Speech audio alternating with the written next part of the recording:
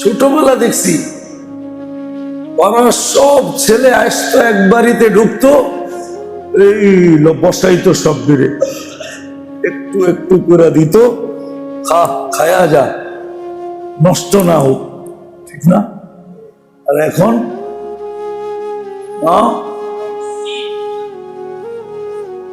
এখন গেলে কত কথা কয়, ঠিক না?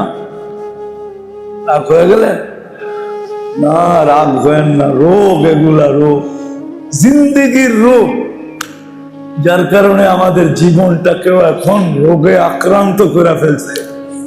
আগের মতো মিল নাই, আগের মতো মোহাব্বত নাই, আগের মতো ভালোবাসা নাই, আগের মতো সহানুভূতি নাই, আগের মতো সহযোগিতা নাই, কিচ্ছু নাই।